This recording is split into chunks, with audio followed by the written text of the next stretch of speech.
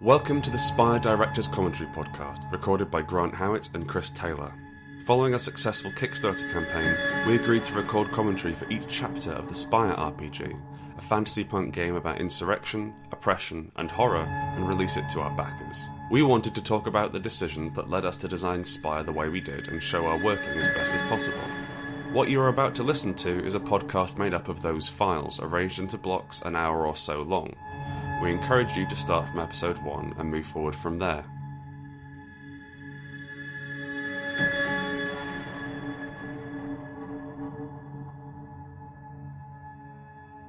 Why don't you tell the audience who you are? My name's Chad Walker. Professionally, I cyber at things for a big organization. I really like security stuff. I really like teaching security stuff. But that stuff's boring, so I make games. Sorry, you said cyber edit. Yeah. What's a cyber edit? I cyber at things. Oh, right. So you put you using cyber here as a verb. Yes. And not in the sort of cybersex sense. Nope. No. Okay. So you also make games. Yes. And you most famously, I suppose, as far as I'm aware, Cryptomancer. Is there anything else that the audience should be aware of? Yeah, I got another game coming out, Sigmata. Oh, yeah. It's a 80s game about fighting a fascist regime. So yeah, it's messed up. I read Cryptomancer be about 18 months ago, I think, nearly 2 years ago. I read it for the first time. I was very impressed with it and a little bit jealous because like a lot of the ideas I was then working on with Spire, Chad had just done really cleanly.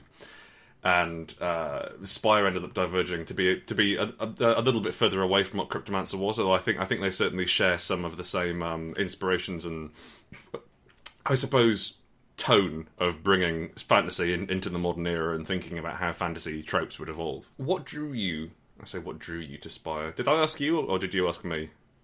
I asked you, actually. What drew you to Spire? So I saw, it was simple. I saw you tweeted about it, or somebody retweeted your tweet, or whatever, however social works nowadays. And it was a picture Adrian did of just the spire. It's that one where it's kind of yellow and glowing in the sun. Yeah. And the combination of it being fantasy resistance and this beautiful image, it really evoked stuff I had already been working on with Cryptomancer. And I thought, holy shit, that could be a Cryptomancer setting. So I explored a little more and was intrigued. So I'm like, hey man, let me help you out with this one. Yeah, and I'm like, oh, it's the kind of the game I like. It's really nice. It's really lovely for you to get in touch. So let's talk a little bit about the book that you wrote. So it's called Secrets Kept from the Sun. Yeah. So after I asked you guys and you agreed, you sent me over, or you gave me a link to some Google Docs, and I was reviewing your stuff and also looking at some of the art you guys had shared. And so I read it, and it was about this, these dark elves resisting an occupation. And they also, they were wearing these like almost Middle Eastern garb to protect themselves from the sun. And also reading some of just the sort of fundamentalism of the resistance and the fact that they were organized around religion. And I decided, holy shit, this game is about Hezbollah. Go on. So basically, I was like, yeah, I need to write a module about how an organization like Hezbollah, or their more twisted cousins, whether it's Al Qaeda or so on and so forth. How do those organizations protect themselves from an occupier, from a significantly more powerful military force? How do they use like networked organization instead of hierarchical organization to protect themselves and make them resilient? Yeah. That was the approach. Yeah, and so it seems like you've taken existing and practiced methods of counterintelligence, as it were, and then translated them into Spire and into fantasy. What sort of fantasy elements do you feel that you sort of strong-armed in there, or perhaps what sort of fantasy elements did you struggle to include? Well, the game's technology was very it was kind of all over the map, right? It wasn't. Oh, 100%. Yeah. It wasn't clearly like, all right, I need to get into a medieval mode, or I need to get into a cyberpunk mode, or steampunk, or whatever. It was all over the place, so it gave me a lot of freedom. Yeah, we've buried technology in holes all over the setting, which people can dig up if we want them to have something that's anachronistic. Yeah, and that's a great idea. It's fun. And the thing I focused on really is you guys had already come up with some of the coolest ideas in terms of tradecraft already. Oh, so you had mentioned that, you know, the ministry uses like newspaper articles to communicate in one of your early drafts. So I just ran with that because it was such a good idea. And the newspaper gives it decouples the ministers who are doing the work from the leadership. So it gives them a communication channel where they never actually have to meet. And that's so important because and you can buy it without being, or you can collect it without being seen picking up a secret message. Exactly. I'm just picking up the newspaper, man. You know. Yeah. So it's. I kind of just rallied with some of the stuff you guys already included. You did all the heavy lifting, I think. I just made it a little concrete. I'm not sure anyone lifted anything heavy during this. It was a role-playing game, but sure. Okay. So, let's talk a little bit about your... I'm actually kind of interested in talking about your upcoming project, if that's all right. Yeah, that's fine. Because Sigmata is, like... It followed, like, again, it's following parallel tropes to Spy. I think you and I are both interested in the same things, except you do research, and I merely guess what might be going on. Like, it was really fascinating. If you've got time, and I mean if you've got time, go to Chad's website, the crypto website. What's the name of the crypto website you run? For Cryptomancer? No, just like your standard crypto website. Oh, I don't have a standard crypto website. Oh, okay. I was reading. I seem to remember that you wrote a blog about decentralized intelligence. And things shit! That's called Third Degree Centrality, and that I wrote many years ago. I mean, years. Okay. Well, anyway, it was fascinating because, like, I'd met Chad and he seemed like a perfectly nice guy, and then I'm just reading the level of detail in which it is possible to go into it, and also that Chad knows this shit is mind-boggling to me. It's like it's like discovering one of my friends is actually a brain surgeon or something. It seems unfathomable that I could be in the same room, but Chad's knowledge of, and I suppose like fascination, I think it's fair to say, with intelligence and cryptography and of trying to operate without being too open about it is almost unparalleled, and certainly unparalleled in the role playing game scene. So Sigmata is kind of a cyberpunk superhero game. Is that right? That's exactly right. It's a game about cyberpunk superheroes waging an ethical insurgency against a fascist regime that took over the U.S. Their power is actually given to them by FM radio towers emitting a special number sequence called the signal. Oh, nice. Mm-hmm. And so there's a strong relationship between the resistance able to capture radio towers and repeat the signal, and the heroes being superheroes. Because if the resistance can't keep the towers up, then our heroes are just mere mortals. Okay, that's fairly elegant. I like that. That works quite well. I'll be honest with you. I saw you were writing a role playing game. I went to the Kickstarter page. I immediately backed it, and then I didn't read it because I was I backed that. Now I don't need to do that. It's awesome. I'm sure it's great. I just I've picked up the setting and the information through things that you shared and through sort of glimpses here and there. But I think I've almost been sort of keeping it at arm's length because I know it's going to be good, and I don't want to sort of I want to sort of dive into it, as it were, when it comes out. Cool. I think that's covered most of what I want to ask you. Really, like you've talked very intelligently about crypto and that. I think is there any sort of, are there any other facets? Because like we gave you quite a short.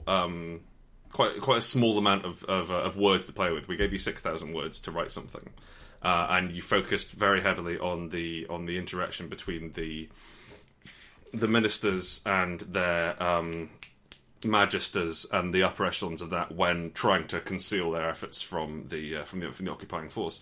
Are there any other things in the world which you saw which you were like, oh, I'll be interested in exploring that. I'd be interested in looking more into that. Mainly just to sort of clue people who are listening on to the fact that maybe there's a crypto campaign in Spire. Yeah. So this is work I'm doing in Sigmata, but I'd be interested in exploring if the ministry is really trying to do a people's insurgency to oust an occupier. Like any insurgency, they have to both win over the local population and they also have to win over the international community. So in this case, it would be other fantasy races or other local groups to come in and apply external pressure, whether it's economic, kinetic, or so on and so forth. And is kinetic just like is that shooting at them? What's kinetic pressure? Yeah, that's kinetic pressure. Okay, right, cool. That's a great Americanism. I like that. Oh man, we lived in dark times, man. But anyway, I'd be interested in maybe gamifying that because like the next level up, as it were. Exactly, the global element. Yeah, it would add strategic elements because the thing about Spire is even the resistance groups are really effed up. I mean, there is some dark stuff, and we were really hard not to have any goodies. Yeah. And that's good. I like that nuanced approach. But if the organization is so twisted and so evil that even the people are like, man, I don't mind these high elves because at least they don't do blood sacrifices, right? At least they keep their blood sacrifices behind closed doors. Yeah. And another fascinating thing with resistance movements, and this is something I explore in Sigmata, but there's frequently factions among the resistance that hate each other and vie for power and vie for influence. So those things might be hinted at in the text, but I'd like to see them like gamified potentially. Yeah, one thing I was interested in looking into, so we don't have rules for PvP in the game because we just weren't really interested in telling that story. We'd much rather have the world, affect the players. But one thing I'd be interested in is trying to either bolt on a system or write one which weaves into the existing, where you've got rules for secret police, as it were. You've got rules for people infiltrating your cell, and you've got rules for even if it's not just like someone who's a strict double agent, like benefits for selling information and putting people into situations where they would be compromised in that way. I think that would be kind of a fun story to tell. Yeah, absolutely. And I gotta say, so I like your project because I think resistance stories are important right now, but not airbrushed resistance. So when I say airbrush, I'm talking about like Star Wars Rebellion, right? Like that's it's so airbrushed and it's so soft. They all seem pretty switched on, like those, like the resistance movement in Star Wars. They seem like they're doing all right. They've got plenty of stuff. Yeah, they got plenty of stuff. Yeah, and they're fighting fair as well, which is the other thing. Exactly, they're fighting fair. So it's really hard to empathize, and also clearly airbrush resistance stories are not working because God damn it, half the population in the real world is cheering for the evil empire 90% of the time. Right? Yeah. Like they'll go to a movie and they'll be like, yeah, that empire's bad. But then when the stormtroopers are basically beating up minorities and shooting people in their cities, they're like, go Empire, right? So one of the things which really surprised me is during the Kickstarter, we announced that we were going to have these splat books coming out. So we had Black Magic, which is Black Magic is the biggest one we've done. So it's got a new class and 2 additional subclasses on top of it, and a load of rules for demonology and stuff. And so we started putting these out, and then more than one person asked, "Oh, are we gonna get rules to play as the oppressors?" No, what? No. Yeah, it just seemed really weird. That. Yeah, it's really weird. It's like, well, I think you need an entirely different game, and also it's a really weird story to tell, mate. It is. People are messed up. I mean, that is Warhammer 40,000, and I will say I enjoy a bit of the old Warhammer 40,000, but I think you have to sort of occupy a level of camp around the ridiculous ultra-violence and around the sort of monotheistic, massive, non-moving, non-evolving, archaic human culture slowly sort of crumbling over the galaxy, but trying to deny that it's crumbling. There's something fun to play with there, but you have to like. I don't think I'd feel super comfortable going in and burning a load of socialists because they were socialists. Right. Which is something which Warhammer demands. It does. I think so. When I was asked the same question during Sigmata's development, can I play as the fascist regime? I very politely said you should check out a game called Winterhorn. What's Winterhorn? It's a game where you basically, it's sort of like a LARP or like a light game, but you play as the quote regime, and the idea is to educate the player on what a state will do to disrupt and break down like resistance communities and people. Cool. And so at least that's a nuanced and like teaching method of playing the regime. But yeah, some dudes just want to play stormtroopers, man. And that's scary. What's the other one? Is it Dog Eat Dog? I think is the other one. There's that game where one of you plays the colonists and the rest of you play people play natives, like indigenous people. That sounds about right. And the core mechanic is there's no GM.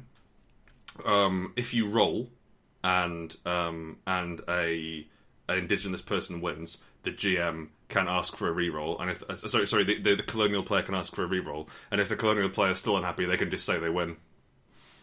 And shit, and also the colonial player is played by out of character the person who earns the most money. And like, there's a lot of really unsettling stuff in there, but there's a lot of fun to be had there too. And I think that I think Spire is it's not airbrush, but there's definitely a fantasy element, and I don't mean about the elves. It's like, yeah, you know what, you and your compatriots can make a change by doing something daring. And like, actually, it's not really how it's going to work. But I think there's something cathartic and perhaps a little bit valuable in that, and Sigmata, and any game which allows you to, fight the power, as it were. I totally agree. Well, thank you very much. If people want to learn more about you, where can they go? You can just Google Sigmata, This Signal Kills Fascists, or Cryptomancer. I don't really have a presence myself, I guess. Oh, okay. So, how mysterious. I don't. How cryptic. I don't matter. Games matter. Right? I don't. So. Okay. All right. Yes. Search Cryptomancer. It's, again, I can't recommend enough. It's a wonderful game, and once Sigmata is have you got a release date on that yet? You got a rough idea when that's coming out? Yeah, I'm hoping. I mean, my target date is July 4th, Insurgency Day. Put that in your pipe and smoke it. All right, brilliant. Thank you so much for chatting to us, and hopefully speak to you soon. Thanks, man.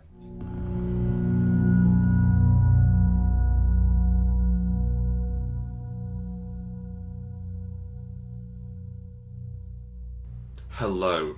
Hi. Hello. And welcome to an interview with Mary Hamilton. Mary, who the Mary hell are you? Hello. I am Grant and Chris's business partner. Mm-hmm. I'm also Grant's life partner. Mm-hmm. I think I'm Chris's friend. We haven't had that conversation confirmed recently. Yeah. Excellent. See, it's weird because I view Chris as my life partner and you as my spouse. Huh. Well, okay. Awkward. Oh well. So, pending the incipient divorce. Well, we've all got the same lawyer, so we should make things quite easy. At least it'll be quick. Yeah. Yeah. So. Okay. So I am in Rowan, Rook and Decard. I am Rowan. Mm-hmm. I am the producer on Spire, and indeed on most of the rest of what we do as a collective. I also do things like running the finances and project management and making sure that we have the right legal support in place to be an actual business and do real proper grown-up things. Like Spire, yeah. It's a big proper grown-up thing. Yeah. And so we've worked with Mary for a long time. Mm-hmm. I don't think we've ever not worked with Mary. Come to think of it, no. Given that the first game we worked together on, we hired her as a GM before it happened, and that we brought you into Zombie LARP. Yeah. And then we got married. Yeah, we did, didn't we? So I'd like to thank Games for that. So what sort of responsibilities did you have? Making sure. So if I'm going to answer your question for you, I view you as the person at the helm of the ship, and Chris is the sails, and I am the wind. Yes, I can see that metaphor. That kind of makes sense. Because I'm loud, and Chris is very big and very white. I was about to call issue with that, but fair. You're both of those things. Yes. I think as well, creatively, a lot of the time you are the motive force. You are the driving kind of creative. I'm hard brain. to stop. Yes. Or steer. Behind a lot of what we do. I think the flip side of that, though, is that I tend to be the person that gets the tedious admin phase done. Oh, my days, yeah. So some of that is around helming and going, look, a thing is over there, we should make for that. And you go, oh shit, yes. I can't hear you, I'm the wind! You get very excited. And then a lot of the time I'm running around the ship kind of making sure that everything is in the right place and we've bailed out the hole. Do you bail out holes? You bail out water. You bail out water and fix the hole. Yeah, if you bailed out a hole, that's just a bigger hole, mate. Yeah. So and that's how we run this ship. So that's in a metaphor sense. What do you do in a real sense? So I do boring... So for Spire, sorry. What did you do to Spire? So... Why are you here? Why am I here? I make really good spreadsheets. So a lot of Just the best. Yeah. So initially, Spire was a bunch of really good ideas in a Google Doc. And I built a spreadsheet that helped us to see what we could afford to do with it, how to structure the Kickstarter, helped us make decisions about what kinds of price points to charge, and how to move forward. I also did a lot of things like during the production process, making sure that we'd gotten the right print quotes, actually negotiating with distributors and suppliers, paying people, making sure that we'd kind of taken good care of all of the legal bits, all of the financial bits. I do a lot of tedious admin. I do a lot of emails. I do a lot of paperwork, and I get to have the satisfaction of actually looking at the end of the day and going, this would still be a Google Doc if it weren't for a lot of the efforts that we've put in. Yeah. I think on a weekly basis, probably the most important thing I do is organise work. I do quite a lot of tedious work, but the majority of the value I think that I bring, and especially during Spire, when it's very easy to just get bogged down in draft 7001, it was about keeping things on track, keeping things moving forward, and providing a kind of accountability for the pair of you. Yeah, very much so. Yeah, and I think one of the big things for me having you on board was that if Grant and I just do something, we might be able to sell it to one guy on the bus one time. Whereas you sort of have this sense of scale to things and this scope that you can put forward and go, no, we can sell this to thousands of people. Thousands of people will want this. You do convince us that our ideas are good, which I like very much. I think that's an important element of my role. And a lot of it as well is about taking away the things that you guys don't want to do. Yeah.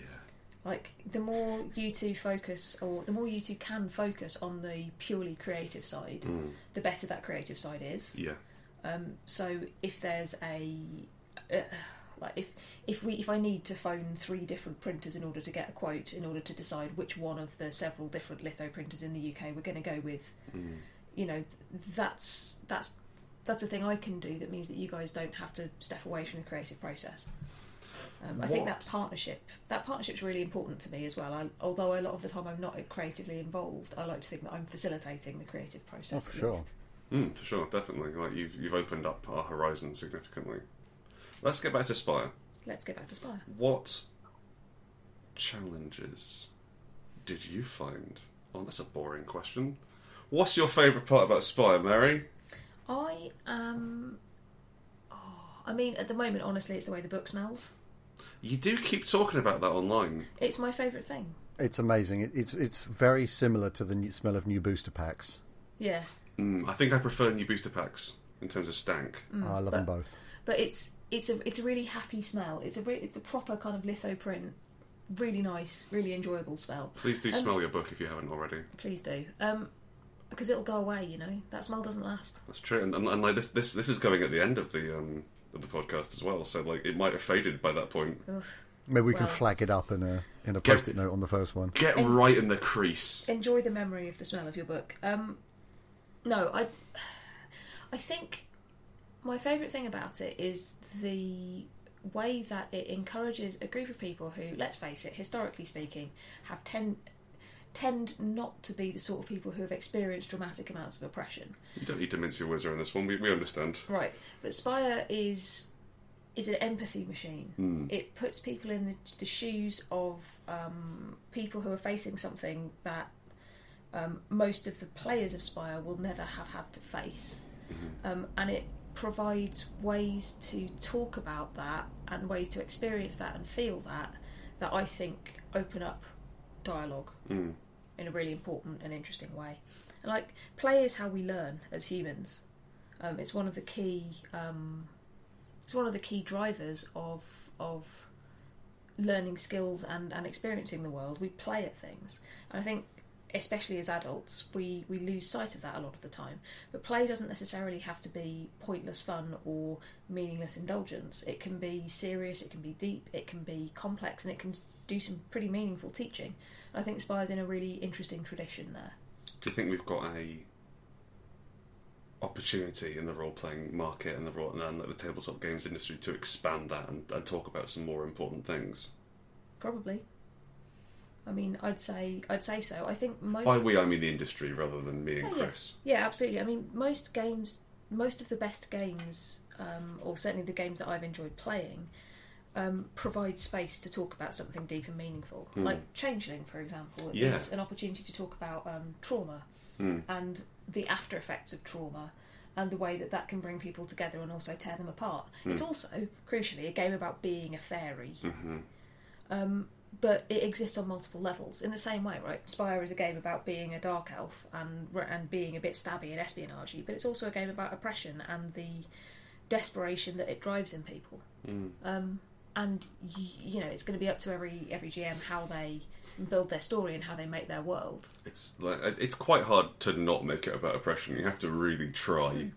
It's doable. You have to completely rewrite parts of it. One thing I haven't actually asked you yet, Chris. What's your favourite thing about Spire?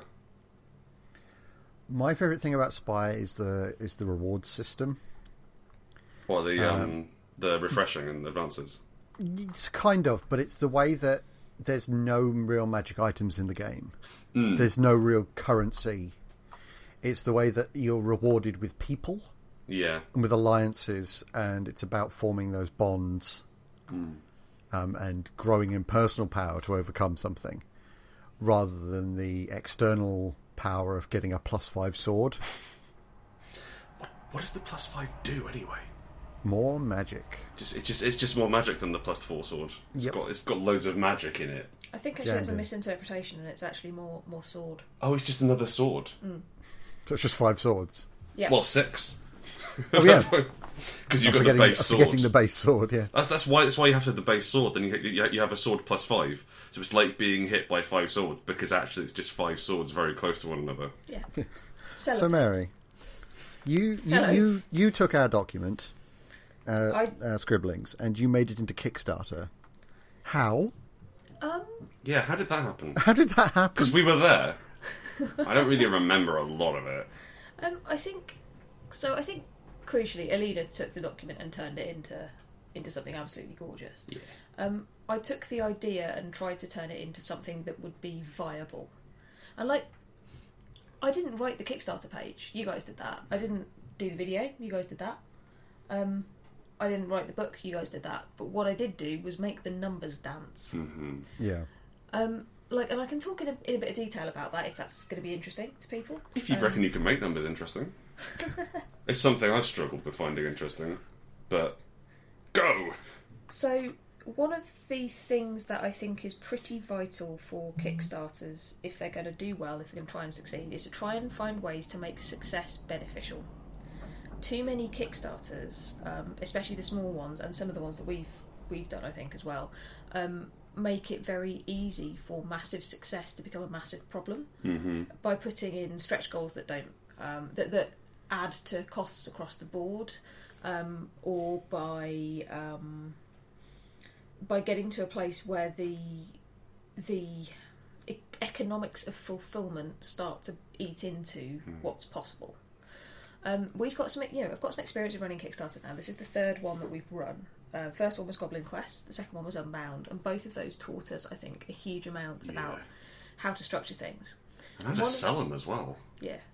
One of the things that Unbound taught me really was about production values.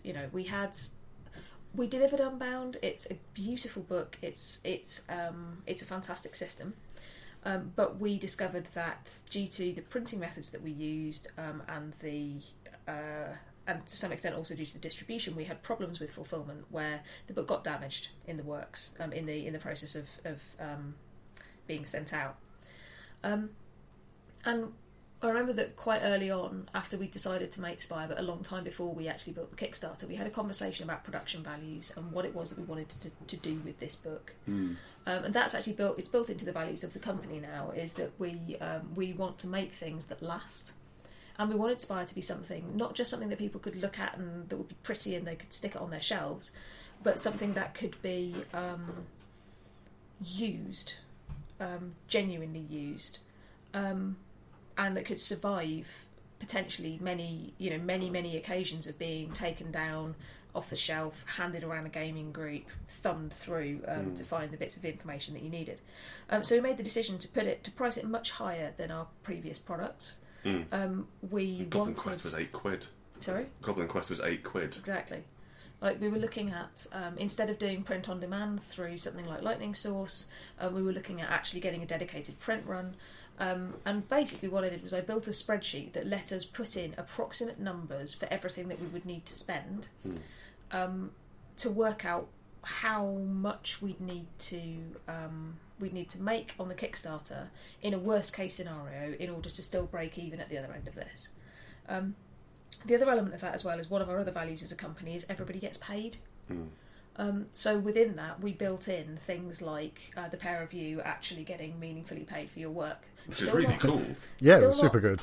Yeah, and what we put in was for funding was much less than minimum wage for the work that the pair of you had done over the years. But the idea was that as we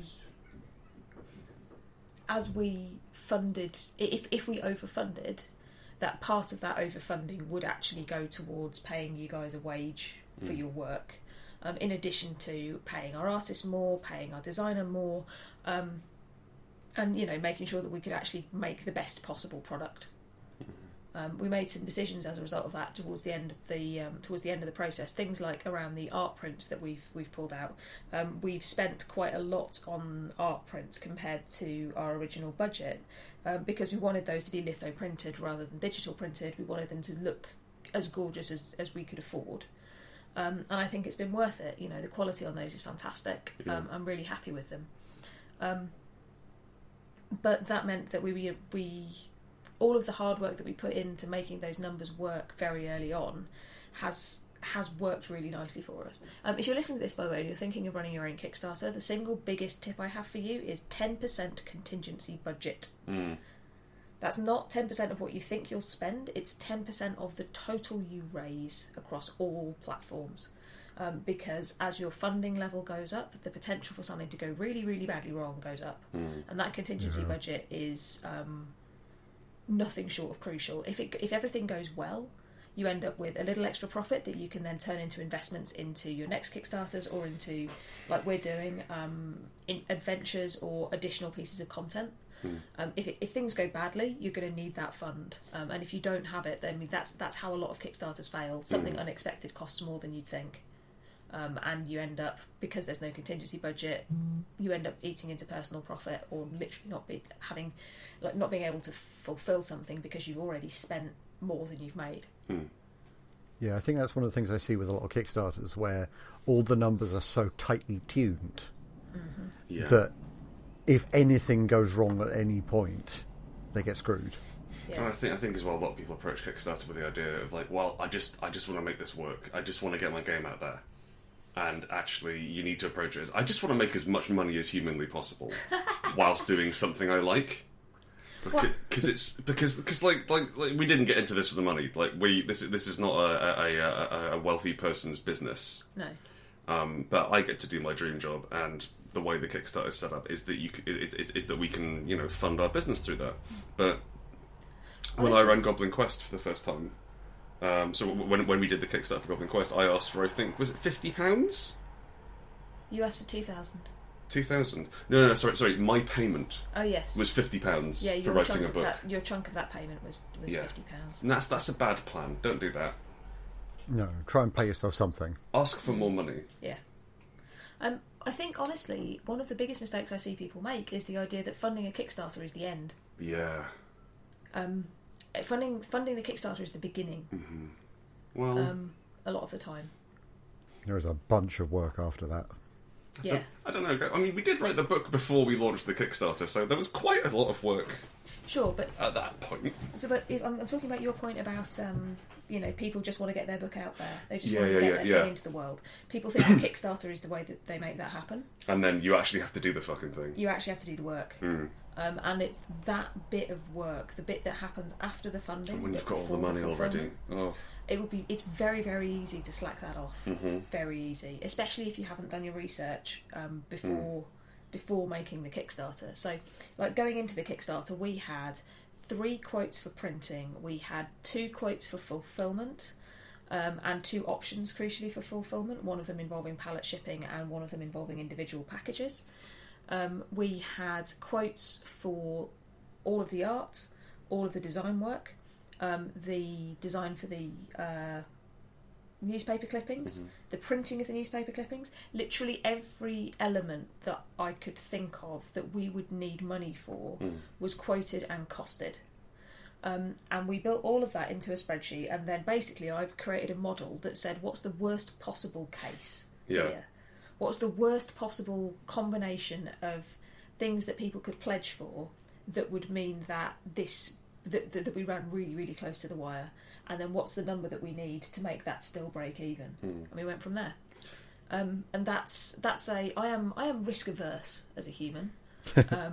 I especially around stuff like this. I want to build something that's absolutely watertight, because if it goes well, there is no world in which fulfilling a Kickstarter should make people go, oh god, no, what do we do now? It's got to be, hot damn, this is incredible, now we get to do the next thing. It's got to be exciting, and if you're seeing big success, then that you've got to be able to scale and to cope with that. I should also note that if you are thinking of launching Kickstarter, we are available for hire. Yeah. Turn this into an advert. If you want to borrow my spreadsheet, then, it only works for Spire, but you can change the names on it. Well, no, it's a variation on the same spreadsheet I did for Goblin Quest. The Lazy, same spreadsheet I did for Unbound. Lazy business manager. It's got different details in it. God, don't say lazy. She'll stop filling in the forms. That's true. We have no idea. So what? Sorry. Apparently, the form. Oh. No, thank you very much. Obviously. Do you have? Is there anything you're looking forward to that the business is producing? Is there any projects you're excited about, or anything that you're interested in exploring more in Spire or outside of it? I'm really looking forward to Kings of Silver Landing. I'm really looking forward to hearing how other people's games play, because I was close enough to the playtest of that to just be blown away by what the players did with it. And it looked like an enormous amount of ridiculous fun. So I'm really hopeful about how that's gonna go out. Yeah. Part of me is just really looking forward to all of the books being delivered, and then I can lie down. Yeah, I can see that. Mary's been standing up for the last 8 months. She's standing now. Yeah, I'm worried about that. We've had to make some different decisions with the special edition around which features we put in, and I'm hoping that backers are going to be really excited about that rather than dismissive. There have been very few serious problems so far, which makes me really concerned that something is going to go absolutely abysmally wrong with the US shipment. No, we're just good at this. Don't jinx it, man. Yeah. I'm worried about that. I've ruined everything. What's that? Every book is on fire. But there's something. So I'm looking forward to trying to see if we can get the Resistance SRD out into the world, because I think that's got. I would love to see other people use the systems that you've created to do something, to do their own thing, to play in their own worlds. And I'm also quite excited about Hunt. Oh, we haven't discussed that in public yet. Oh, in that case, I'm definitely not excited about Hunt. And we don't know what that is and can't comment anymore on it. I like to leave it there as mysterious. That's good. Thank you very much, Mary Hamilton, for taking time out of your busy schedule. Schedule? Day. That's the one. Exceedingly busy day. Exceedingly busy day where you're bothering the ducks in the park. Thank you for coming and hanging out with us and talking to us about Spire. You are very welcome. I'm very proud of it. I'm very proud of what we've done. Yeah, it's nice, isn't it? It's well fancy. It's pretty rad. My main concern, actually one of my major concerns now, is that we're going to have several hundred books. They're going to arrive at our house and I have no idea where we're going to put them. I think 500 books, isn't it? It's about in that, this quite small London flat. Yeah. Actually, new coffee table, new bed. So it's more than 500 books. Fucking Lord. It is now, yeah. Alright. It's fine. Well, well, we can get a warehouse. It's fine. Yeah, well, we can throw out the table and replace it with books. Yes, exactly. Yes. Everything is Spire. I think that's the thing that a lot of. Sorry, I know you've just said that we're leaving, but can I say one more thing? By all means. I think the thing that people that gets missed around these kinds of projects, we are not a massive publishing house. We are 3 people who are doing this. Chris is very tall because we love it. And I'm quite tall. We're 3 people who are doing this because we love it, and because we believe in what we're trying to make here. And you end up making all sorts of weird decisions about things that you otherwise would have absolutely no connection to in your life. I've learned so much from Spire, and I've learned so much from the pair of you as well.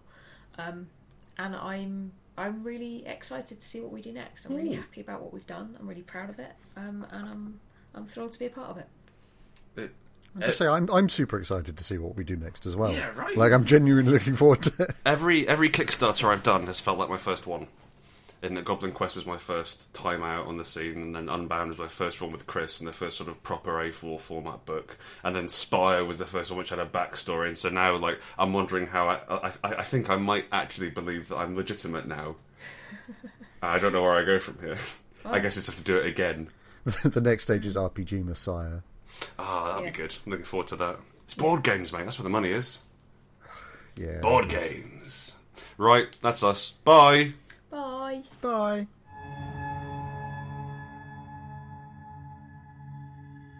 The Spire Director's Commentary Podcast is a companion to the Spire RPG and features Grant Howitt and Chris Taylor. The music is by Arokia, hosted on freesound.org and used under the Creative Commons license. To learn more about Spire, explore related products or buy your own copy, go to rowan, rook and decard.com.